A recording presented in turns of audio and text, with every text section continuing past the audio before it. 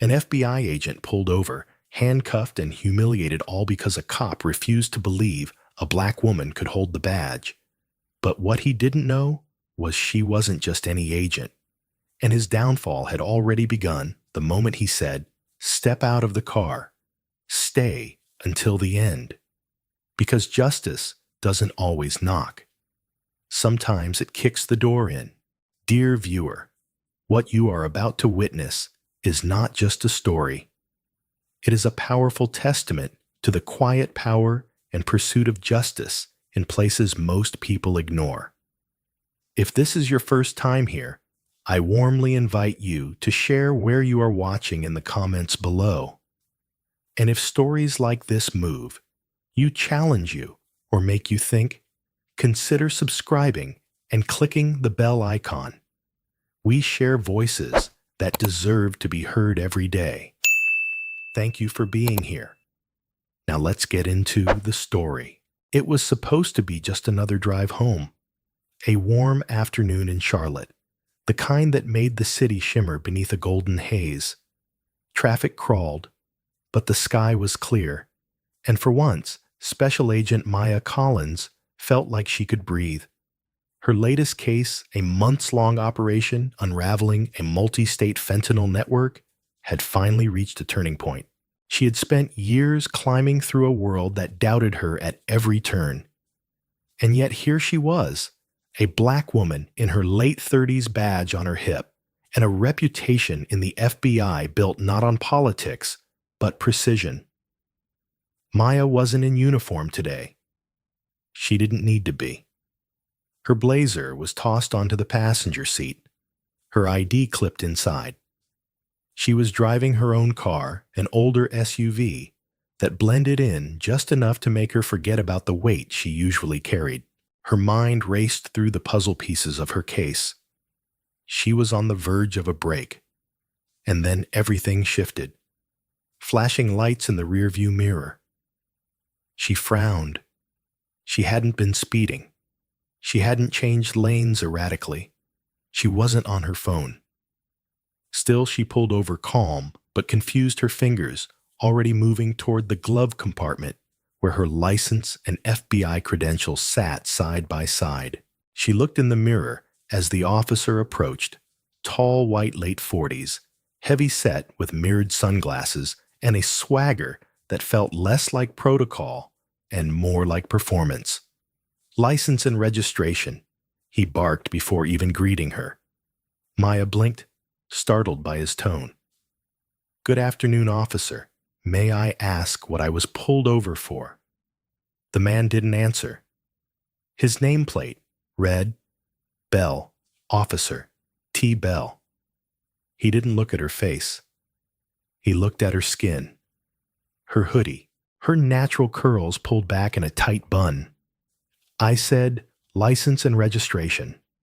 She didn't flinch. She reached calmly into her purse and pulled out her badge, holding it alongside her license. "I'm a federal agent, FBI. I'm currently on duty, actually. Don't play games with me." His voice cut her off like a slap badge looks fake. Anyone can buy one online. Her heart rate ticked upward, not from fear, from fury she couldn't show, sir. She said evenly, "That's a federal credential. You can call my field office right now and confirm it." But Officer Bell wasn't interested in confirming anything. His hand moved to the grip of his holstered weapon. "Step out of the vehicle." Maya's breath caught. "I'm sorry, on what grounds?" He leaned down close enough for her to see the lines around his sneer. "Failure to comply. Step out." She knew what was happening, the flash of resistance in his posture, the refusal to engage with her words. She had been trained for high-stress encounters, but nothing prepared her for the humiliation of being disbelieved for simply existing. As she stepped out, slowly, she kept her hands visible. "I am not resisting. I'm asking you to verify my credentials. You're making a mistake." "Turn around." Hands on the hood. He grabbed her arm. Not roughly enough to injure, just enough to dominate. People were beginning to slow their cars, watching. A black woman, in cuffs, alone accused. "What's the charge?" she asked, her voice still controlled. "You tell me," Bell replied, impersonating a federal officer. "That's a felony, isn't it?" The handcuffs clicked. Tight. Deliberate. Maya closed her eyes for a moment. Not from fear, but from fury buried under a lifetime of training. She thought of her first day at Quantico, of being one of only 3 black women in her class, of the warning. Another black agent once whispered to her, "They won't always see the badge before they see your skin." Now here she was, pressed against her own car, in her own city, silenced by a man who chose to see a suspect instead of a colleague. Bell shoved her into the back of the patrol car without another word. The hard plastic seat felt colder than it should have. She tried again. "Call Agent Carla Dean at the Charlotte field office. She will confirm who I am." But Bell wasn't listening. He sat in the driver's seat, with the kind of smugness that made Maya's stomach turn. Save it for the judge. As they pulled onto the road, Maya looked out at the passing city, the same city she had protected, investigated, and sacrificed for. Now she watched it from behind a barrier, cuffed and criminalized. Her phone buzzed in her bag, untouched. Her gun locked in her bureau-issued safe, thank God. Her identity stripped in a matter of minutes by a man who saw a hoodie before he saw humanity. She had seen this happen before. She had read the cases, watched the videos, marched in the protests. But she never imagined she'd be on this side of the power dynamic, punished not because she broke the law, but because someone refused to believe she was the law. As the car pulled into a small precinct on the outskirts of town, she steadied herself. This was not the end. This would not be the story they got to tell. She was not afraid, not broken, but she was done, waiting to be recognized. The next move was hers, and it would change everything. The room Maya Collins was dragged into had no windows. A single fluorescent light buzzed above, flickering every few seconds, like a reminder that the space was forgotten, just like the truth Officer Bell was trying to bury. The cinder block walls closed in with a sterile chill, but Maya kept her back straight, her eyes focused. She had sat across from murder suspects, cartel bosses, and informants with more secrets than names, but now she was the one being treated like a threat. And that was the most dangerous irony of all. Across from her sat Officer Bell, posture, casual power, inflated by the silence between them. He wasn't asking questions. He was asserting control. The kind of control that didn't need words, that fed on intimidation, that thrived in the absence of accountability. Maya said nothing at first. Her hands, still cuffed behind her back, began to ache, but she didn't ask for relief. She knew Bell was waiting for that, some sign of submission, discomfort, anything that would validate his decision to dehumanize her. But she gave him nothing. "You think you're above this, huh?" He finally muttered. His tone edged with contempt, flashing a fake badge, claiming to be FBI. "That's bold." Maya met his gaze without blinking. "That badge wasn't fake, and you're going to regret not listening when you had the chance." He smirked. "The only thing I regret is not towing your car." The door creaked open, and a younger officer stepped in, nervous clipboard in hand. His name tag read, Officer Keegan. He couldn't have been more than 30. His face marked not by authority, but by uncertainty. "She's clean," Keegan said, glancing between Maya and Bell. "No warrants, no record. Her ID's legitimate." Bell stiffened. "You sure?" Keegan nodded, swallowing. "Yes, sir." And the name, it matches the Bureau's records. She is Special Agent Maya Collins, Charlotte Division. For a split second, silence swallowed the room. Bell's expression didn't shift, but something behind his eyes flickered. Doubt, maybe, or fear that the story was beginning to unravel. But pride is a strange thing, especially in men like Bell. It doesn't yield to truth. It fights it. You ran that through the right channels, he asked, still trying to hold on. Keegan nodded. Yes, sir. Directly with their field office, they're expecting her to check in this afternoon. Agent Carla Dean confirmed everything. Maya finally spoke. I told you that an hour ago.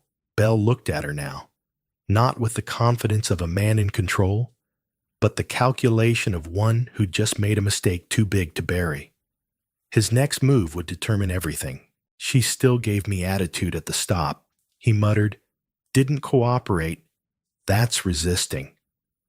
Keegan hesitated, his eyes shifting nervously. Sir, I saw the dash cam footage. She was calm. She complied. Bell's face flushed red, his hand clenching the file in front of him. She didn't belong in that neighborhood. You and I both know what this really is. And there it was. The confession, not in words, but in tone. The unspoken truth that Maya had known from the moment he tapped on her window. She wasn't pulled over for a violation. She was profiled, judged, humiliated because of who she was and how she looked. But now, the walls were cracking. Maya leaned forward, her voice low but clear. I'm not here to ruin your life, Officer Bell. But you've put yourself in this position. The minute you decided to ignore my credentials, escalate a situation that didn't exist, and put your hands on a federal agent, you didn't just violate protocol. You exposed something much deeper. Bell looked like he wanted to argue, but he didn't. Instead, he stood and stormed out the door, slamming behind him like a gavel. Keegan remained, still holding his clipboard, as if it could shield him from the truth hanging in the air. Maya looked at him. How long have you worked with him? Too long, Keegan admitted quietly. Then you've seen this before. He nodded slowly, but no one ever said anything. We just learned to avoid it. Keep our heads down. Maya didn't judge him. She understood the pressure of silence in systems built on power imbalance. But she also knew the cost of that silence. She was living it now. You have a choice, she said softly. You don't have to be him. You don't have to protect him. Keegan didn't reply, but he didn't look away either. Later, as Maya sat in a different room waiting for her colleagues to arrive, her mind spun through the events like a silent film, each frame laced with rage, restraint, and responsibility. She knew she could go public. She knew the press would devour the story of a black FBI agent being arrested without cause. But that wasn't the endgame. She wanted change, not spectacle. This wasn't about one bad cop. It was about every shadow he operated in, every look the other officers gave when he overstepped every report, ignored every civilian too afraid to speak. And now the spotlight was coming. She could feel it. And Bell. He was finally in it. The hallway outside the holding room was dim, lined with bulletin boards, filled with outdated announcements and faded photographs from departmental picnics long past. Officer Keegan stood by one of those boards, staring at a black and white photo of a former precinct chief, shaking hands with a city councilman. Neither of them looked like him.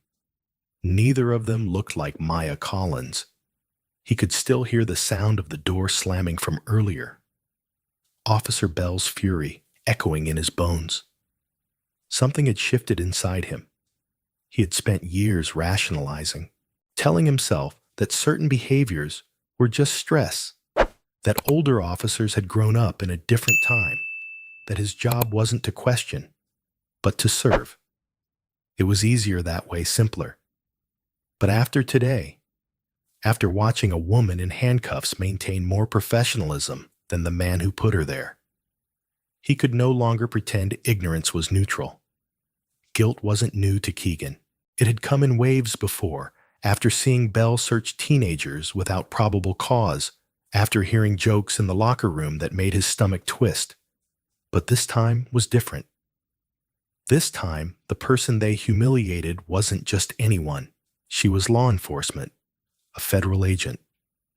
She had done everything right, and it hadn't mattered. That was what haunted him the most. Keegan turned and walked toward the small office he shared with two other patrol officers. Inside, he shut the door quietly and sat down. For a long moment, he didn't move. Then he opened his drawer and pulled out a flash drive. It was standard issue, used for backing up reports storing case files. But he had started keeping something else on it: footage, moments from the dash cam, and body cam feeds that didn't sit right with him. Interactions that crossed a line. He had never shown them to anyone, never even spoken about them. But now, with Agent Collins still in a room down the hall and Belle pacing like a caged animal, Keegan knew he had to make a choice. He slid the drive into his laptop and opened the folder. There it was, footage from earlier that day. The traffic stop, the arrest. The way Maya remained calm, while Belle escalated with every word. Keegan watched it again this time. Not as a cop, but as a witness. And it burned. Down the hall, Maya sat alone. They had uncuffed her, but the red marks on her wrists lingered. She rubbed them gently, her expression unreadable. Her phone had been returned, but she hadn't used it yet. She was waiting for backup, for protocol, for justice to make its slow, grueling turn. When Keegan entered the room, she didn't flinch. She just looked up, her eyes sharp and steady. "I need to say something," he said. Maya didn't respond. She let him speak. "I should have stepped in sooner. I saw what was happening. I've seen it before. And I let it happen again." She didn't soften. "Why are you here now?" He hesitated, because this time I couldn't look away. Maya nodded once. "Then don't just say it. Do something." Keegan placed the flash drive on the table. "This has the footage, not just from today, but from the last 6 months. Things Belle did, stops that never made it into reports. You're not the first." Maya stared at the drive. It was small, unassuming, but she knew the weight it carried. "I'll back you up," Keegan continued. "I'll testify if I have to. I know the risks. But I can't wear this badge and pretend anymore." For the first time since her arrest, Maya let her shoulders relax just slightly, not in relief but in recognition. Change didn't come from guilt. It came from courage. And Keegan, trembling as he was, had finally found some. "You'll need to file an internal statement," she said, "officially, and make a copy of that drive. Keep one for yourself." Keegan nodded. "And you'll need protection," she added, "because when systems are threatened, they fight back." He met her gaze. "I know. But I'd rather be scared for doing the right thing than ashamed for staying quiet." They sat in silence after that. Two people from different worlds. One, black; one, white; one, federal; one local, but bound now by truth. And somewhere between that silence and the rustling of paper outside the door, something rare bloomed in that stale, fluorescent room. Not redemption. That was still miles away, but accountability, the first spark of it. And Maya, who had walked into this station, a target now, saw the beginning of a shift, not just in Keegan, but in the structure he was brave enough to challenge change she knew always began in the shadows. But today, it had stepped into the light. The next 48 hours moved like a current swift and irreversible. By the time Maya Collins walked back into the precinct, this time accompanied by 3 agents from the Department of Justice, she was no longer just a wronged individual. She was an emblem of accountability, and the weight she carried wasn't personal vengeance, but institutional reckoning. The precinct felt colder, quieter. There was no laughter in the halls, no casual greetings. Whispers slipped through doorways like smoke, cautious and wary. Everyone knew news traveled fast, especially when it involved one of your own. But what had once been swept under desks and tucked into silence was now front and center, with files in hand and eyes wide open. Officer Keegan stood at the end of the hallway as Maya passed. He offered a small nod, one of resolve, not apology. Maya returned it. It was all that needed to be said between them. He had delivered more than a statement. He had surrendered every comfort of neutrality and stood fully exposed on the right side of history. And in doing so, he had sparked a fire that no precinct wall could contain. Inside the Internal Affairs interview room, Agent Collins took her seat with calm precision. A federal recorder clicked on. Across from her sat the Deputy Inspector General, 2 investigators, and a representative from the city's Office of Civil Rights. They weren't here for posturing. They were here to listen, and Maya had come prepared to speak. She laid out every detail, not just of her arrest, but of the countless subtle violations that had built up to it. The coded language, the unchecked hostility, the racial undertones that had long operated beneath polished badges and scripted apologies. But she didn't stop there. She presented Keegan's footage, time-stamped and compiled, not edited, not manipulated, just truth, raw and undeniable. The footage revealed more than just one bad officer. It captured a system of complicity. Fellow cops who looked away, superiors who signed off without questions, community complaints buried under administrative jargon. It wasn't a rogue act. It was culture, and the camera didn't flinch. While investigators reviewed the footage, Maya stepped outside into the concrete courtyard of the precinct. The sun was blinding, and she welcomed it. For the first time since that humiliating traffic stop, she allowed herself a moment to breathe. Not because justice had been served. It hadn't, not yet. But because the machine had finally paused long enough to see itself. Captain Riley, a veteran officer, and one of the few women to hold a leadership role at the precinct, approached her. Maya hadn't seen her during the ordeal. And now under sunlight, instead of surveillance, their exchange was unguarded. "I want to say, I'm sorry," Riley said, hands behind her back, shoulders squared, like someone bracing for impact. "I don't need your apology," Maya replied, her tone measured but not unkind. "I need your cooperation." Riley nodded. "You have it. Belle's been put on administrative leave, pending investigation. But I know how deep this runs. I've seen it too. I've been afraid of what pushing back might cost me. It always costs something," Maya said. "But the real debt comes when we don't." They stood there, 2 women in uniform, both shaped by institutions that too often demanded silence in exchange for survival. But in that moment, neither of them was silent, and neither was backing down. Meanwhile, across town, the first reports were already reaching the mayor's office. The footage had been sent anonymously to a news station, which had confirmed its authenticity. Within hours, it was viral. Not the sensationalized headlines Maya feared, but the kind of journalism that made people uncomfortable for the right reasons, the kind that forced morning anchors to say words like implicit bias, abuse of authority, and systemic racism on national airwaves. That same evening, Maya received a call from the FBI's Office of Professional Responsibility.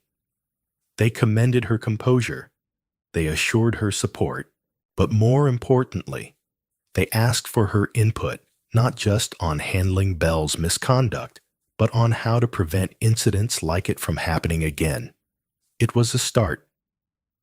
Back at the precinct, Keegan sat in an empty locker room staring at the cracked mirror.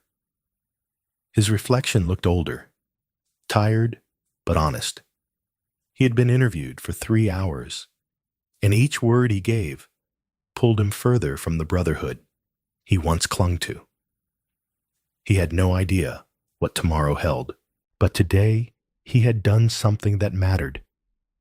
The uniform he wore had once been a shield, something to protect, to honor. But now he understood truth, wore the same fabric stitched not with silence, but with courage. As night fell, Maya stood before her hotel window, overlooking the skyline. Lights blinked across the city like heartbeats, each one a reminder that this fight wasn't new. And it wasn't hers alone, but it was hers to carry forward. She didn't feel like a victim anymore. She didn't even feel like a symbol. She felt like a woman who had chosen to speak up, and in doing so had cracked open a wall that had stood untouched for too long. Tomorrow, there would be more meetings, more interviews, maybe even backlash. But for now, she allowed herself one truth to rest on. When accountability wears a uniform, it can change the world. The courtroom was quiet, but the silence was electric. Every breath felt like it might shatter it. A dozen news cameras waited outside their lenses, pointed toward the heavy oak doors.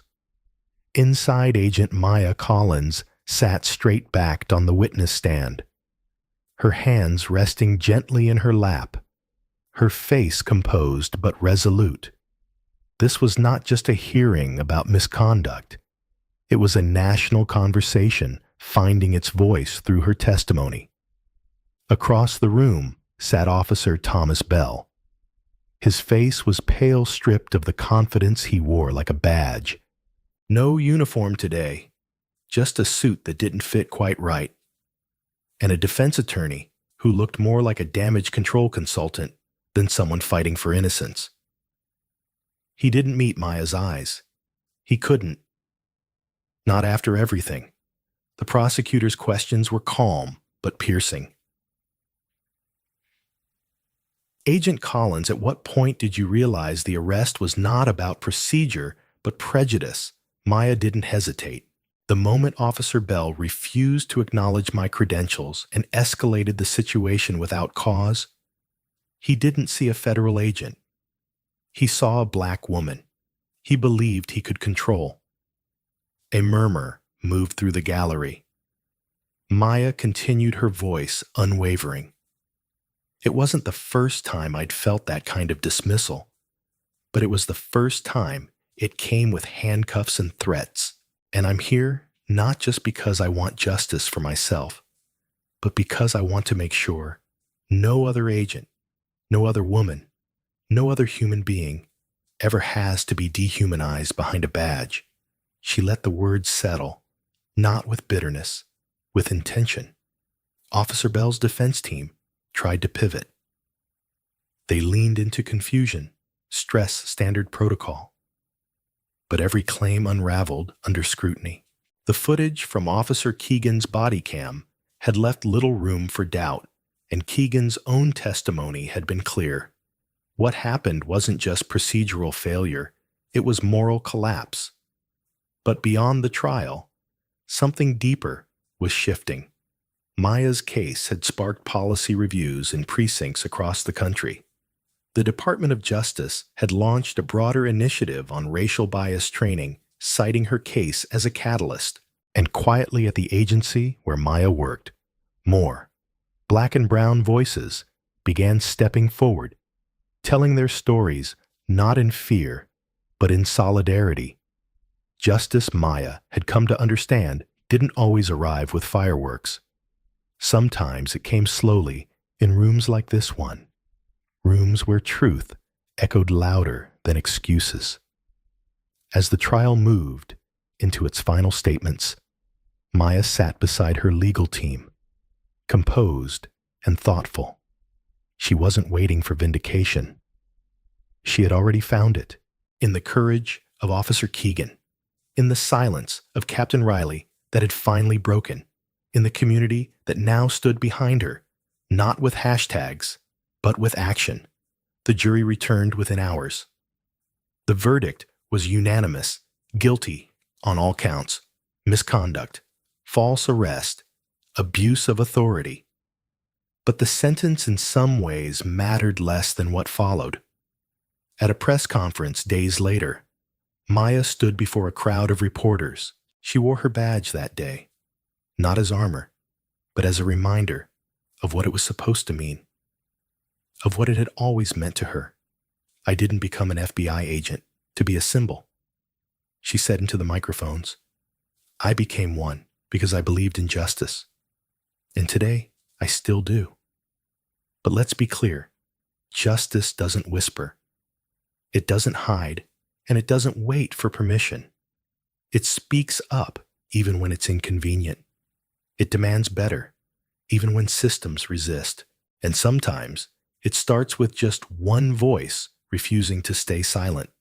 Her words rang out, not just in that moment, but far beyond it, in precincts where officers began re-examining how they interacted with the public, in law schools where future prosecutors dissected her case as a modern turning point, in households where young black girls saw Maya Collins and believed maybe for the first time that they belonged in spaces of power without apology, and at her own agency, where leadership invited her to co-develop a new national training model, one built not on hollow diversity slogans, but on lived experience and human truth.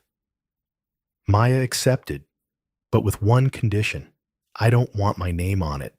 I want my impact in it. She meant it. She didn't need spotlight. She needed transformation. Back in Atlanta, Maya walked the same streets she had driven down that day, her city now the backdrop for a reckoning that had reached far beyond its borders. Children waved at her. Strangers nodded with recognition and quiet gratitude. And her fellow agents didn't just look at her with respect. They looked at her with understanding. The story didn't end in the courtroom. It didn't end with a press release.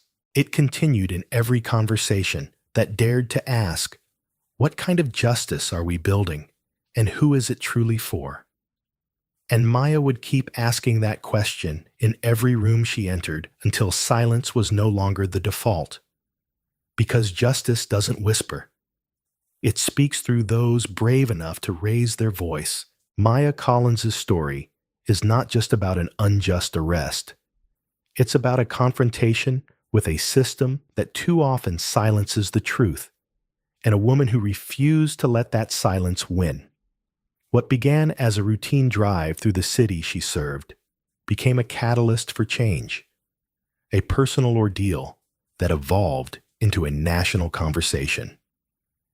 Maya, a black female FBI agent at the top of her game, found herself handcuffed, not because of a crime, but because of a uniform that couldn't see past her skin, her dignity, her authority, her identity dismissed in seconds by Officer Thomas Bell, who saw her not as a colleague in law enforcement, but as a threat.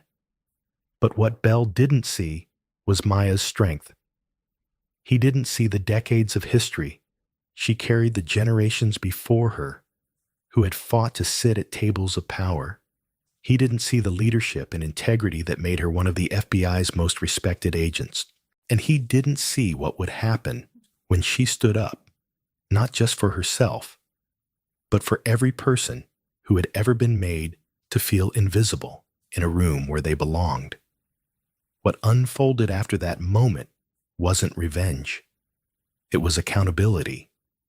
It was Maya choosing truth over fear, using the very systems that had failed her to spotlight the rot within them. With courage and clarity, she exposed a culture of casual racism and unchecked authority. But more than that, she sparked reform. She didn't just fight back. She built forward. By choosing not to remain silent, she ensured her story would become more than a headline. It became a blueprint for how real change begins with someone brave enough to speak when it's hardest. Maya's journey reminds us that justice is not always loud. Sometimes it walks quietly beside us until a moment demands we give it a voice. Her refusal to accept humiliation, her insistence on truth, and her empathy for those who watched and stayed silent. Even them became the foundation of a movement not based in anger, but in resolve. The lesson from Maya's story is this: power is not always about position. It's about purpose. You don't need a title to fight injustice. You need eyes open to what's wrong and the will to do something about it, whether you're a teacher, a store clerk, a student, or an officer yourself. Your silence protects no one, but your voice can uplift everyone. And it's not just about confronting injustice when it's on the news. It's about everyday choices. Do you speak up when someone is dismissed unfairly? Do you challenge systems that reward comfort over truth? Do you listen? Truly. Listen when someone tells you their experience, even if it makes you uncomfortable. That's how change starts, not with grand gestures, but with human moments, with honesty, with allyship, with courage that doesn't need a stage to be real. So if this story moved you, if Maya's strength reminded you of your own, or of someone you know, don't let it end here. Be the kind of person who listens, who reflects, who acts, and help keep these conversations alive, not just online, but in real life, where they matter most. And if you believe stories like Maya's deserve to be told, stories that challenge the norm, confront the uncomfortable, and inspire real transformation, support this channel. Hit the subscribe button. It's a small action with big meaning. Because when you subscribe, you're not just boosting numbers, you're backing truth, courage, and the people who refuse to stay silent. There's more to come. More stories that matter, more voices that need to be heard. And with your support, we'll keep telling them. Subscribe now, and let's stand for something together.